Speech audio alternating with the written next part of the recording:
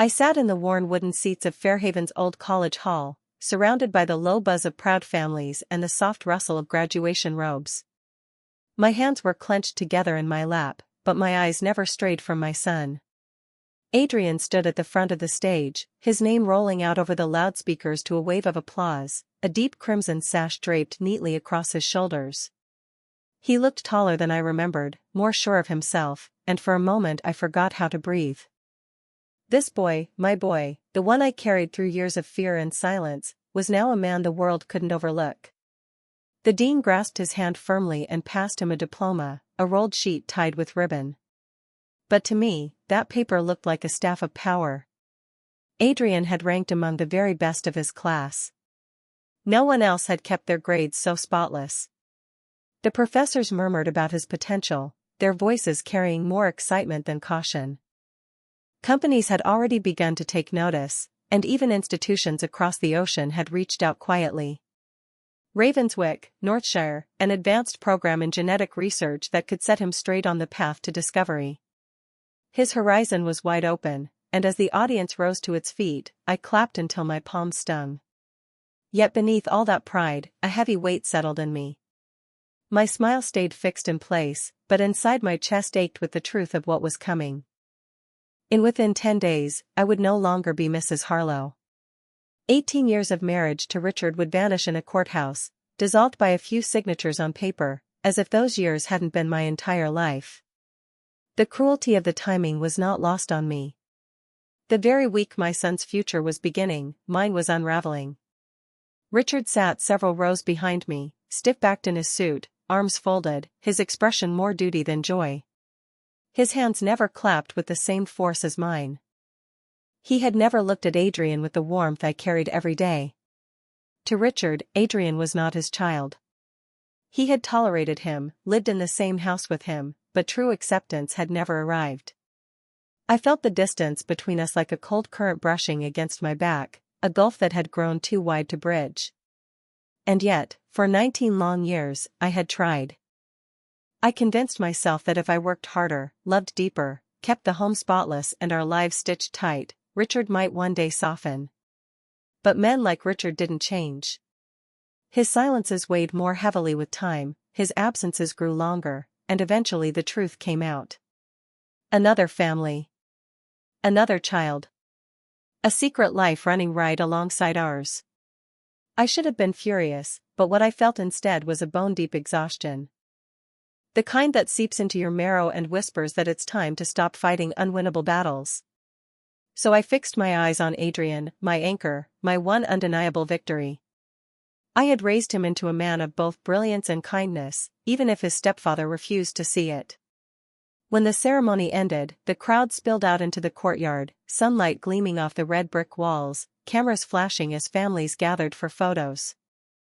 Adrian came bounding toward me, diploma still clutched in hand, his face glowing with joy. He threw his arms around me, and I hugged him so tight I didn't want to let go.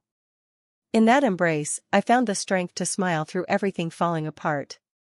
But over his shoulder, I caught sight of Richard watching us, his face blank, already detached. In that instant, I understood. This chapter of my life was closing. A door was shutting, but maybe, just maybe, another waited to open. And for the first time in years, I felt ready to step through it. On nights like this, when the silence pressed in after the noise of celebration faded, old memories crept back uninvited. I could still see him as clearly as if he stood before me, Lucas Ward. My first love. In many ways, my only true love. He wasn't polished like the men I met later. He was wild energy and stubborn devotion, laughter echoing down narrow streets, and a loyalty that caught me before I knew how dangerous it might become. Back then, I was a sheltered girl, the kind who followed her parents' rules, studied hard, and never thought to question the future laid out for her. Lucas was the opposite. He came from the rough side of town, carried rebellion in his stride, and never sought permission from anyone. With him, I felt alive in a way I had never known. Being loved by him was like standing too close to a bonfire. It could warm me, but it could also burn me to ash. That one night will never fade. I had slipped away to meet him, and when a boy from a rival group cornered me behind the garages, panic gripped my throat. Then Lucas appeared. He didn't pause. He didn't ask questions. He lunged, a hawk defending what mattered to him. I caught the glint of a blade, heard the sickening snap when he twisted the boy's arm, and then, silence. The boy never stood again. Lucas was just 19. They called it excessive force, but the system never bent for boys from places like his. Within weeks, he was taken away, and the man who once carried me laughing on his back down empty streets was marched through prison gates. I was left outside, holding on to a secret, the faint flicker of life growing inside me. That wasn't supposed to happen to girls like me. My parents were careful people. My father was an accountant, my mother taught children at the local school. Their reputation was everything, and I knew the truth would crush them. So I hid it. I wrapped myself in tight clothes, skipped meals, drowned myself in textbooks to bury the nausea that never came. When I left for college exams, I carried my secret like stolen treasure beneath my ribs. Through it all, I wrote Lucas letters. I poured every detail of my days, every fear, every ounce of determination into them. His replies were rare, scribbled in pencil on lined paper. They were short, almost childlike. Count the days until I'm free. Protect our child. Keep living for us both. He never spoke of life inside, never let me glimpse the shadows he walked through. Even behind those walls, he tried to shield me. And then, one day, the letter stopped. I didn't hear it from him, but from another man inside who had known him. They told me it had been nothing more than an accident. Lucas, they said, slipped in the prison bathhouse, struck his head against a hard bench, and never woke up again. I was never shown his body, never given a place to stand and grieve, never allowed to lay flowers over the earth that should have marked his resting place. Just like that, he was gone, swallowed whole by the system, erased from existence as though he had never drawn breath. I carried that absence like a scar carved into me where no one else could see. My Lucas, the boy who once threw himself against the world for my sake, left me with nothing except the steady swell of my stomach and the memory of his wild laughter that still rang in my ears. Yet time never pauses, no matter how much you want it to. Life kept pushing me forward, even though part of me had been lowered into the ground with him. The months that followed blurred into a haze of secrets and bone-deep fatigue. During the day, I buried myself in textbooks, cramming English literature, foreign grammar, anything that might convince me I still had a chance at a future. At night, I bound myself in layers of tight clothing, whispering silent prayers that no one noticed the curve that grew beneath my ribs. Every mirror became my adversary, every reflection a reminder of what I was hiding. Even the casual glances from neighbors seemed like sharp accusations. I told myself over and over, just make it to the entrance exams. If I could get into college, if I could slip away from home, maybe then I could stretch out the time before the truth found me. Somehow, I made it. My marks carried me through the written exams, and when I finally arrived at the dormitory for oral testing, it felt like I had broken free of invisible chains. No parents hovering at my shoulder, no neighbors whispering behind curtains, just bare walls, a narrow bed, and a desk crowded with notes. For the first time in months, I thought I had carved out a little breathing space. But life does not wait for your permission. One late evening, the first sharp pain struck, violent, unrelenting. I remember clutching my side in the hallway, the floor tilting beneath me as I tried to stand. A senior student happened to pass, his eyes widening as he noticed the spreading stain on my clothes. "She's in labor," he shouted, and suddenly there were hands on me, dragging me down the corridor, shoving my belongings into a bag, someone frantically calling for an ambulance. I wanted to scream that it was too soon, that I wasn't ready, but the words stuck like stones in my throat. The hospital they carried me to wasn't a polished institution from a glossy drama. It was a weary building with yellowed walls, heavy with the scent of bleach and thin soup, the kind of place that admitted girls like me, unmarried, unprotected, and unwanted. The sheets were scratchy, the corridors dim, and the nurses barely looked at me as they wheeled me along. They asked for papers I didn't have, for family names I couldn't give. When I whispered, "There's no one," their faces hardened with the indifference of long practice. They settled me into a ward with 3 beds. That was when I first saw her, Isabel Grant. Even in the half-light she was unforgettable. Her hair, a thick golden mane tied back carelessly, framed features that could have belonged on magazine covers. But her eyes were cold, her posture dripping with disdain, the kind of defiance that comes from no longer caring what the world thinks. She smirked when she introduced herself, wearing that smirk like armor. She was everything I wasn't: wealthy, reckless, unafraid. A daughter of privilege hidden here only because her condition would humiliate her family. She told me so herself, with bitter amusement etched in every syllable. They gave me a suitcase full of cash and shoved me out the door. Told me to disappear until this was over. She laughed when she said it, but there was pain under the sharpness of her voice. I, in contrast, had nothing. No suitcase, no money, no blessing from family, not even a hand to hold through the storm. I lay on that narrow bed, each contraction ripping through me, realizing I was more alone than I had ever been. No mother to stroke my hair, no father pacing the hall, no Lucas whispering that I could endure. Only the buzz of a dying fluorescent bulb, Isabel's sharp voice breaking the silence, and my own fear pressing down on me like a stone slab. That night, as the pain inside me gathered like a storm, I understood fully: whatever child I brought into this world, I would face it alone. The hours bled together into cries, sweat, and agony that felt endless. I had thought myself strong, convinced I could withstand anything for the life inside me. But nothing prepares you for the reality of birth, not when you are 17, frightened, and completely alone. At last, it was over. The room fell strangely quiet. I held my breath, waiting for the cry I had dreamed about for months, but only silence filled my ears. A nurse bent over the bundle, her face unreadable. "He isn't breathing," she said softly, and my whole world collapsed in on itself. I begged, whispering through dry, cracked lips, "Please, do something." But the nurse only shook her head. My son, the child of my great love, was gone before he had even drawn a single breath. They placed him in a cold bassinet across the ward, and I felt my heart tear open. It was Isabel who finally shattered the heavy silence. She had delivered earlier that night, a healthy boy, pink and wailing so loudly the entire floor must have heard.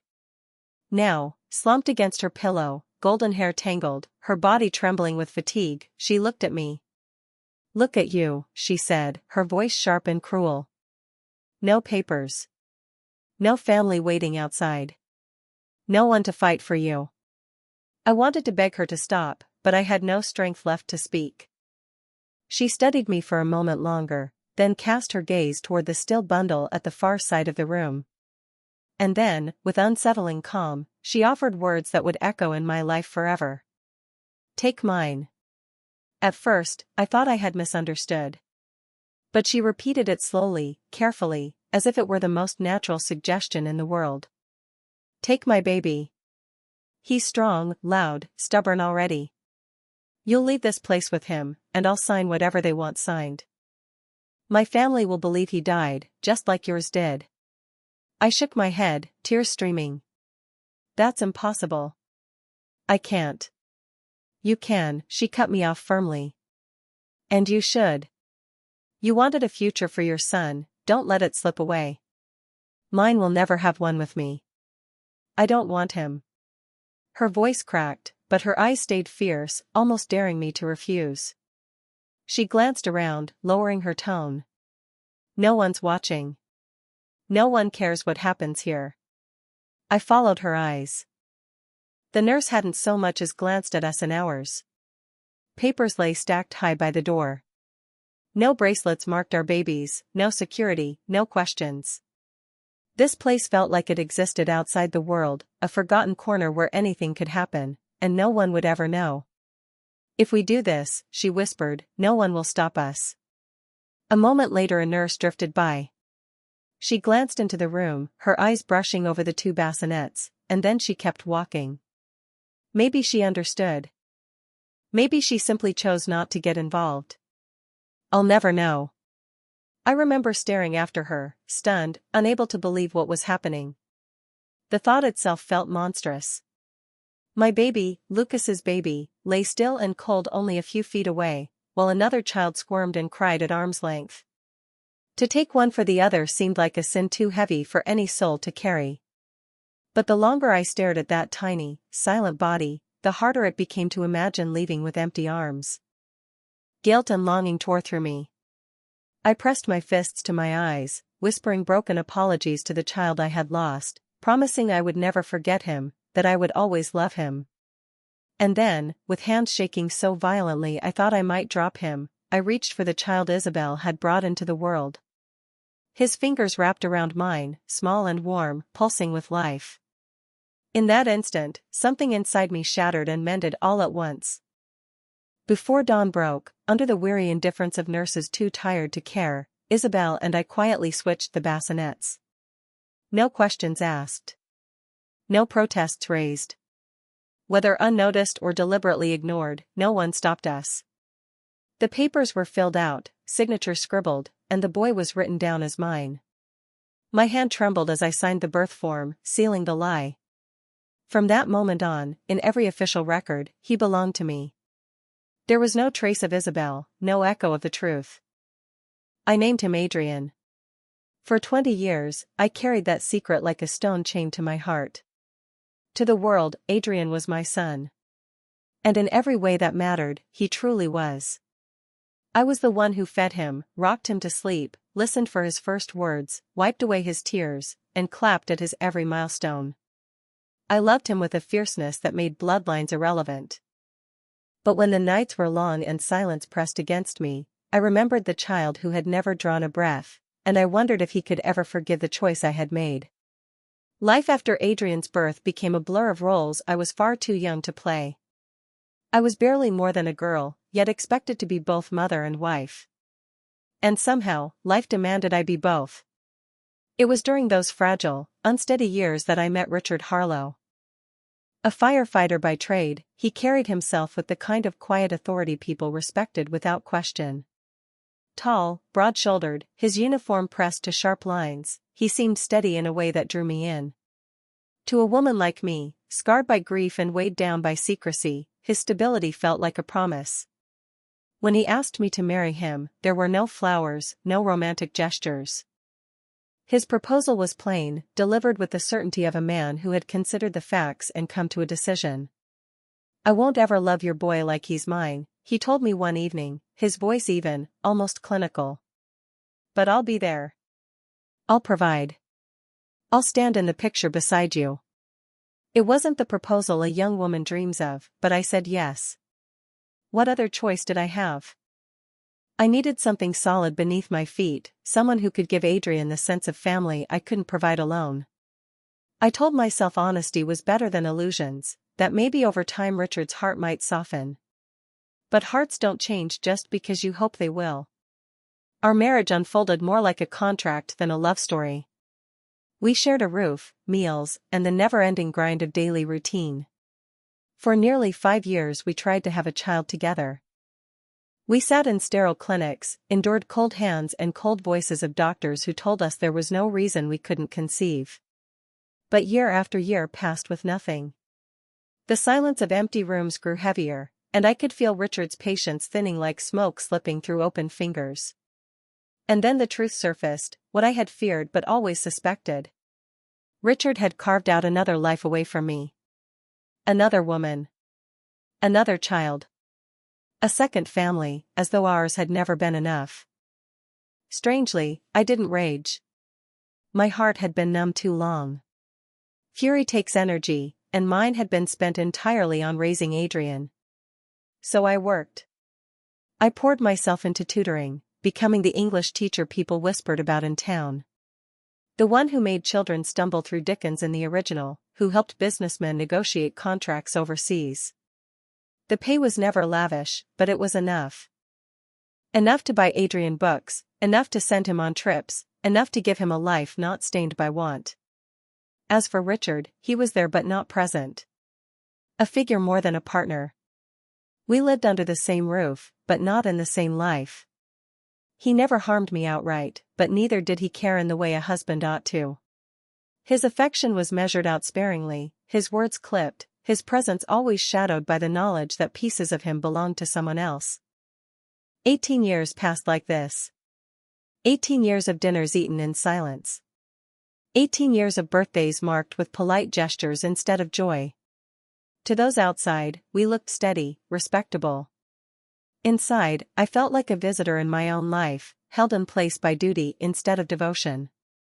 And yet, there was Adrian. Always Adrian. His laughter filled the hollow spaces in me. His accomplishments gave me reason to rise each morning. He was my proof that love, however tangled its beginnings, could survive. Looking back, I realize now our marriage was never truly a marriage. It was a long negotiation, an arrangement stretched thin until it finally tore. The Fairhaven courthouse was small, almost modest compared to what I'd seen in movies. But walking through its doors, it felt enormous, heavy with the weight of broken promises. I walked in alone. Adrian had offered to stand with me, but I refused. This wasn't his burden. His life was just starting, and I wouldn't drag him into the ruins of mine. The courtroom was hushed, filled only with the shuffle of papers and the low voices of lawyers. I sat at one end of the table, my hands folded tightly in my lap, while Richard sat across from me. He looked composed, detached, as though this were nothing more than a business deal rather than the end of 20 years. His lawyer spoke first, reciting dates and signatures, dividing assets with surgical precision. I had braced myself for bitterness, for accusations, for the usual chorus of blame. What I hadn't braced for was the weapon Richard had kept hidden all this time. His lawyer slid a deed across the table, crisp and official, stamped with seals and signatures. The Fairhaven Heights apartment where we had built a life, the place where Adrian had taken his first steps, where candles had been lit on birthdays, where Christmas trees once stood, did not belong to us at all. It had been bought under Richard's mother's name, not his.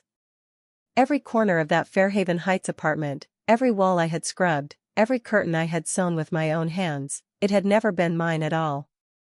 You have no claim to the property, the lawyer said without a flicker of emotion. It belongs to Mrs. Whitaker's mother. When this marriage is dissolved, Evelyn will have no legal right to remain there. The words cut deeper than any blade. My vision swam, my ears roared. That Fairhaven Heights apartment wasn't just 4 walls and a roof. It was my life's fabric, woven through years of struggle and survival. It was where I had held Adrian through sleepless nights, where I had clung to myself in the hollow hours of loneliness that threatened to swallow me whole. And now, in the sterile stillness of the courtroom, it was stripped away with a few sentences on paper. I turned to Richard, desperate for even the smallest hesitation in his eyes, some flicker of remorse. But his stare was like stone. "You'll have 6 weeks," he said. Pack your things and leave. Don't make this harder than it needs to be. Harder. As though the quiet battle of 20 years hadn't already drained me dry. As though discarding me now was just a matter of convenience. The gavel struck, final and sharp, like the closing of a coffin lid. And just like that, 18 years collapsed into nothing. No restitution. No apology. Just emptiness. I wanted to speak. To shout that my youth, my labor, my loyalty, all of it, was worth more than signatures and contracts. But the words tangled in my throat. To argue with him would have been like shouting at stone walls. He had never listened. He never would. So I stayed silent. But within me, something shifted. The despair that had threatened to drown me hardened into something else, resolve. If everything had already been taken, then I no longer had reason to live in fear. The truth I had buried for 20 years pressed against my chest, demanding release. When I stepped outside, the Silverbrook Valley sun burned against my face, and I felt the first stirrings of a decision. Perhaps it was time to stop hiding. Perhaps it was time to confront what I had run from since the night Adrian came into the world. The past had been locked away too long. Now, with nothing left to lose, the truth was all I had. It was 11 months before the divorce that fate placed Isabel Grant back into my path. I hadn't seen her since that night in the hospital, when our fates became tied in a way neither of us could undo. For years I wondered if I would even recognize her. But I did. Not because she still looked like the golden-haired girl I remembered, but because life had carved her down into something else.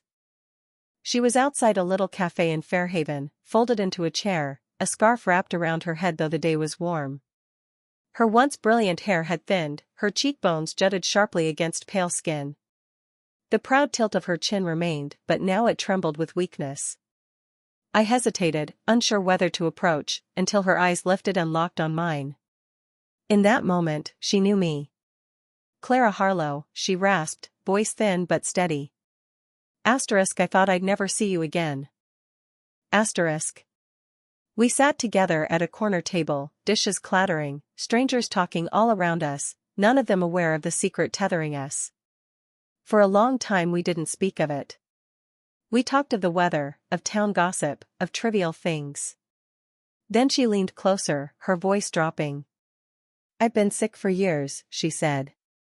Illness. It doesn't forgive, no matter how much money you throw at it. She gave a wry, bitter smile. And money is all I've ever had. She told me how, after her baby had been declared dead, her parents had smothered her in wealth.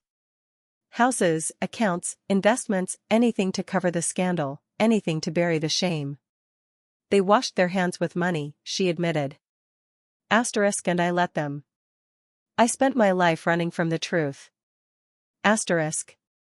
Her hand trembled as she reached across the table for mine. But you gave that boy a life. You raised him into someone my family never could have. For years I wondered if I made the right choice that night. But then I saw him, Adrian, from a distance. Yes, I watched him. And now I know. Her voice broke, tears catching in her throat. He became everything I couldn't have given him. Kind. Brilliant. Good. My own throat ached, hearing her speak of him with such raw certainty. Pride and sorrow twisted together inside me. Then she straightened slightly, gathering the last of her strength. "I've written a will," she said plainly. The villa in Selvora, by the sea, it will be yours when I'm gone. And there's money too. Enough to give you peace, Evelyn. Enough to give him more of a future. I stared at her, stunned. Why me? Because you were his mother, she whispered. Paperwork doesn't matter. Blood doesn't matter. You did what I never could. You stayed. You loved him when I wouldn't. She drew in a shallow breath, her eyes glistening. Don't argue. I don't have long. And this is the only right thing I can still do. Tears blurred my sight. I had carried guilt, shame, and fear for decades. Hearing her say those words felt like a weight being lifted from my chest. Before we parted, she held my gaze one last time. The decision we made, it was the right one. That boy, your boy, is proof. He grew into a man worth everything we lost. I walked away heavy-hearted yet strangely lighter, knowing I would never see her again. And when the news arrived months later that Isabel Grant had passed, I whispered a prayer for her, for the girl she once was, and for the choice that bound us together forever. So when the call came from her lawyer, I already knew what it meant. The obituary had been small, her life reduced to a handful of clipped lines in the local paper. But her words from that cafe still echoed in my ears, and I knew she had not left without arrangements. The lawyer came to my house, leather briefcase in hand, his expression solemn. We sat at the kitchen table. Adrian was out picking up groceries. The man unfolded his papers slowly, deliberately, and confirmed what Isabel had told me herself. The villa in Selvora. The accounts. The investments.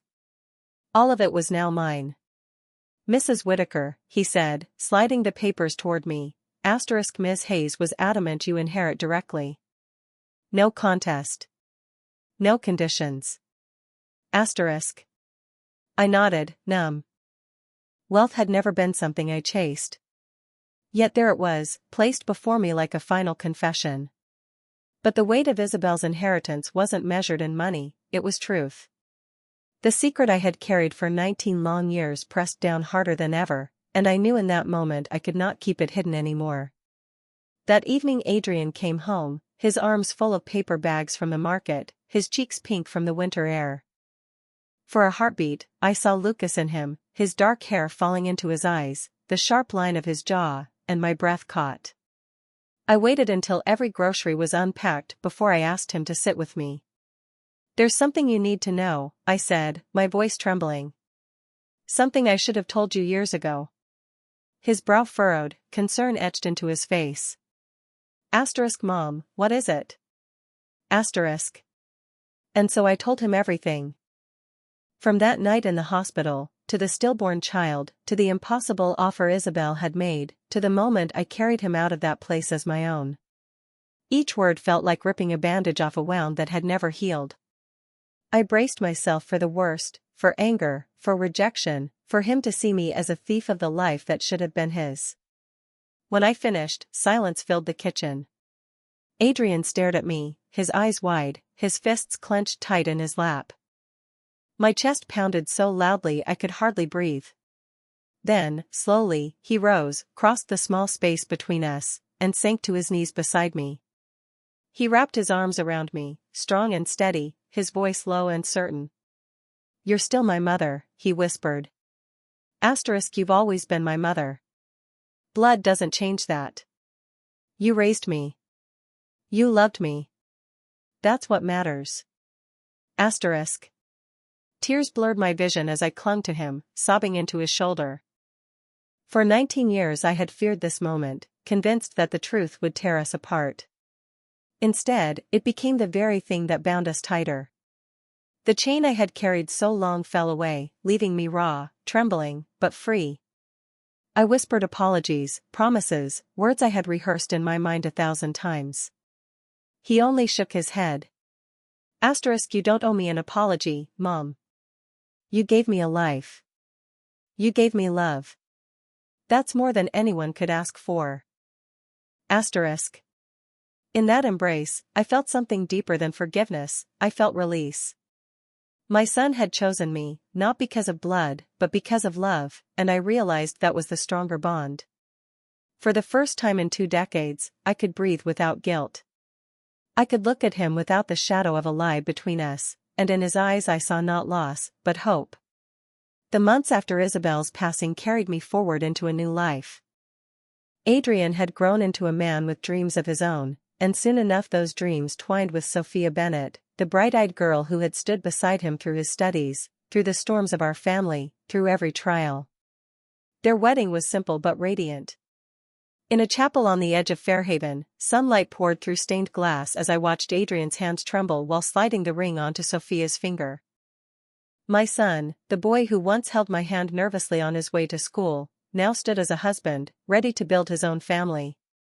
And when Sophia gave birth to their daughter months later, I cradled the baby in my arms and felt time collapse. Her tiny fingers curled around mine, warm and alive. I thought of the child I had lost in that dim hospital, of the one I had taken in his place, and of the woman who had given me the chance to be a mother. Grief and joy surged together, but for the first time, joy outweighed grief. By then, Isabel's affairs were settled. Papers signed, accounts transferred, and soon Adrian, Sophia, and I were standing before the whitewashed villa in Salvora. Perched high above the sea, its shutters painted a soft blue, the air heavy with salt and jasmine, I had never seen anything so beautiful. We moved in together, for generations under one roof. The villa filled with sound, Adrian's laughter, Sophia humming in the kitchen, the baby crying at dawn. The echo of emptiness that had haunted me for decades was gone. Richard vanished from our lives completely. No phone calls, no letters, no trace of him. For so long, his presence had loomed like a shadow, but once it lifted, I found not bitterness but relief. He had taken enough of me, I refused to let him take any more. At dusk, I walked the gardens barefoot along stone paths, the sea stretching endlessly before me. Sometimes I would stop, close my eyes, and listen to the rhythm of waves mingling with the sound of my granddaughter's laughter floating from open windows. In those moments, I realized I had finally come home, no longer bound by secrets, no longer tethered to a marriage that had drained me. I was free. Free to be Evelyn Whitaker, mother, grandmother, woman. For the first time in decades, I felt whole. Life had not been kind. It carved scars deep into me, forced choices that tore me apart, stole loves I could never replace. But it had also given me Adrian. And through Adrian, Sophia. And now, a child whose laughter rang through the halls like bells. This was my new beginning. A chapter not written with fear and silence, but with love. For once, I was ready to live it fully. The villa soon became more than a house, it became a sanctuary, a place where laughter and life stitched together the torn pieces of my past. Days slipped into one another, warm with the cries of my granddaughter, the steady crash of waves, and evenings spent watching Adrian and Sophia shape the future. It was during this season of renewal that I met Gabriel Cross. He came one afternoon seeking private English lessons, recommended by a friend in town. When I opened the door, I nearly lost my breath. His face carried the marks of old hardship, scars etched deep across his skin like the aftermath of fire. But his eyes stopped me cold. They carried the same unguarded fire Lucas's had once held, a fierce, searching light that pierced straight into me. At first, I kept myself steady, guiding Gabriel inside, laying out books on the table as though he were no different than any other student. But lesson by lesson, as we stumbled through the rhythm of Shakespeare's lines and the strange turns of American slang, something unspoken stirred between us. His laughter was rough around the edges, yet warm, the kind that lingered in the air. His questions revealed a mind hungry to grow, to piece itself back together despite whatever had scarred him. And without meaning to, the walls I had built around myself began to soften. One evening, when class had ended, he paused at the doorway, lingering longer than usual. "You look at me," he said quietly, "like you've known me before." I didn't deny it. "Your eyes," I told him, "remind me of someone I once loved." He gave a small nod, as if he understood everything without needing me to say more.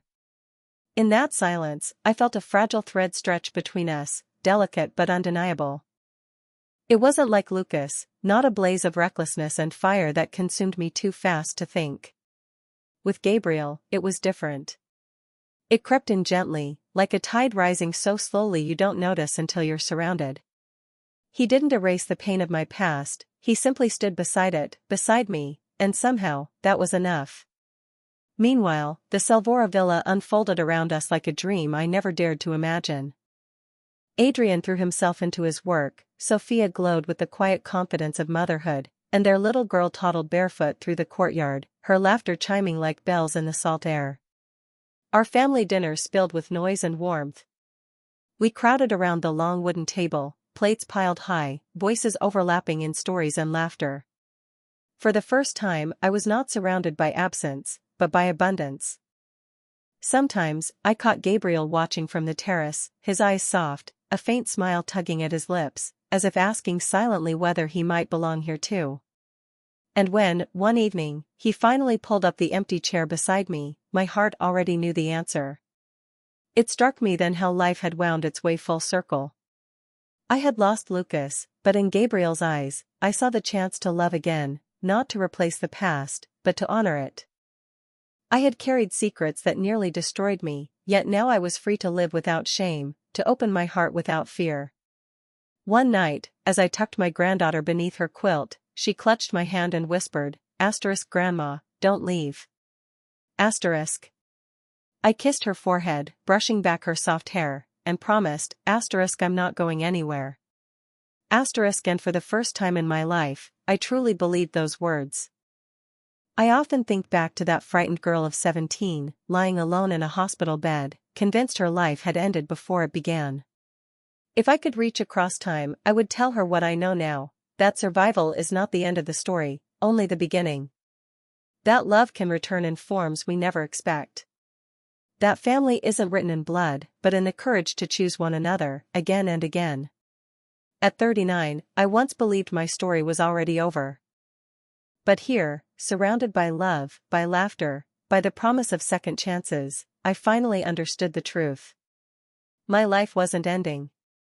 It was only just beginning. That was my story. What do you think about it? Would you have acted the same way or chosen differently? Share your thoughts in the comments. I'd love to read them. Thank you for listening, and don't forget to subscribe to the Keeping Secrets channel for more stories like this. Oh, and one more thing. This story is our little secret, so shh.